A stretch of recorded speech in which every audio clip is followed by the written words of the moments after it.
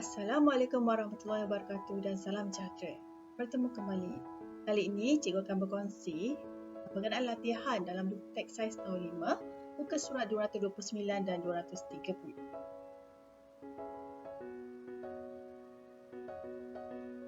Soalan yang pertama, padankan alat dengan kegunaan yang betul. Anda perlu lihat pada gambar dan perlu padankan.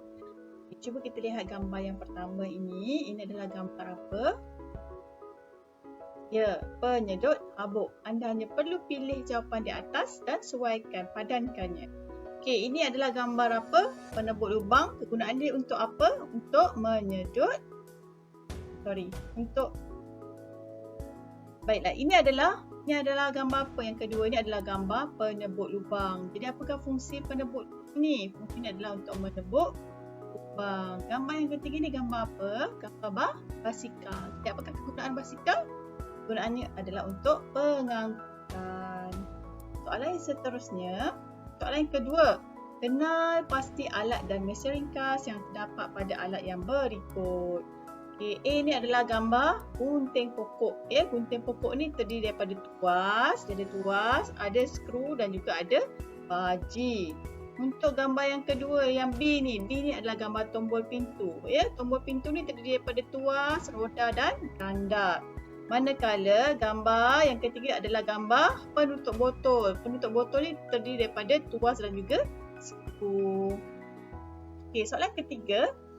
Jelaskan melalui dua contoh alat, kepentingan, kombinasi, mesin ringkas yang terdapat pada setiap alat tersebut. Okey, contoh yang pertama, cikgu pilih adalah basikal. Saya ramai pelajar mempunyai basikal di rumah. Basikal ni dia mempunyai skru, roda dan gandar serta gear untuk berfungsi dengan sempurna. Skru berfungsi untuk mencantumkan bahagian-bahagian basikal.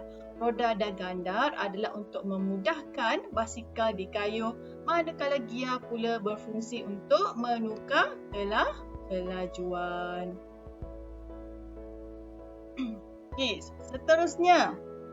Contoh yang kedua ialah seperti pengasah pensel mekanikal. Okey, pengasah pensel mekanikal ni mempunyai roda dan gandar serta baji.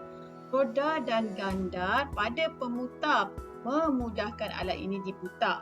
Baji pula berfungsi untuk menajamkan pensel yang diasah. Ini adalah dua contoh alatan dan juga kepentingan kombinasi mesin ringkas ni terhadap alat tersebut.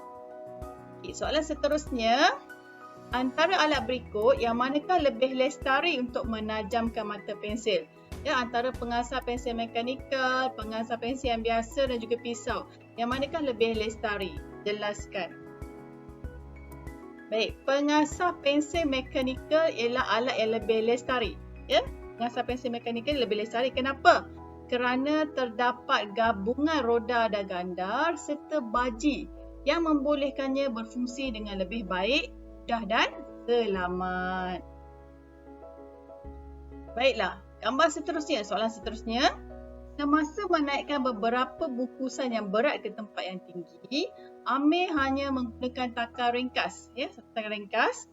Selepas beberapa ketika, tali pada takar itu terputus. Tali terputus. Pada pendapat kamu, mengapakah tali pada takar itu terputus? Kenapa agak-agaknya tali ini boleh terputus? Okay, tali pada takar terputus kerana beban yang diangkat oleh hal ini lebih berat, ya, berbanding dengan saiz takar dan takar yang digunakan. Beban yang diangkat oleh Amir ni lebih berat berbanding dengan saiz tali dan takar yang digunakan. Okay, cadangkan cara untuk Amir mengatasi masalah. Macam mana dia nak atasi masalah ni? Okay, caranya dia perlu gunakan tali bersaiz lebih besar ataupun tambah bilangan takar supaya hanya sedikit daya saja digunakan untuk mengangkat beban tersebut. Jadi tali tu tak putuslah. Baik, soalan seterusnya. Gambar yang berikut menunjukkan suatu alat dengan kombinasi beberapa mesin ringkas untuk membolehkannya berfungsi dengan sempurna. Kenal pasti alat dan kombinasi mesin ringkas yang terdapat pada alat ini. Ini gambar apa ni? Ini adalah gambar gerudi tangan. Okey, dekat gerudi tangan ni adalah gabungan di antara baji, skru serta roda dan juga ganda. Okey, apakah kepentingan kombinasi fungsi mesin ringkas yang dikenal pasti pada alat ini? Jelaskan apa fungsi dia. Tanpa skru, bahagian pada alat gerudi tangan ini tidak dapat dicantumkan. Okey, roda dan ganda berfungsi untuk memudahkan gerudi diputar supaya baji dapat berfungsi. Okey, baji berfungsi untuk membuat lubang.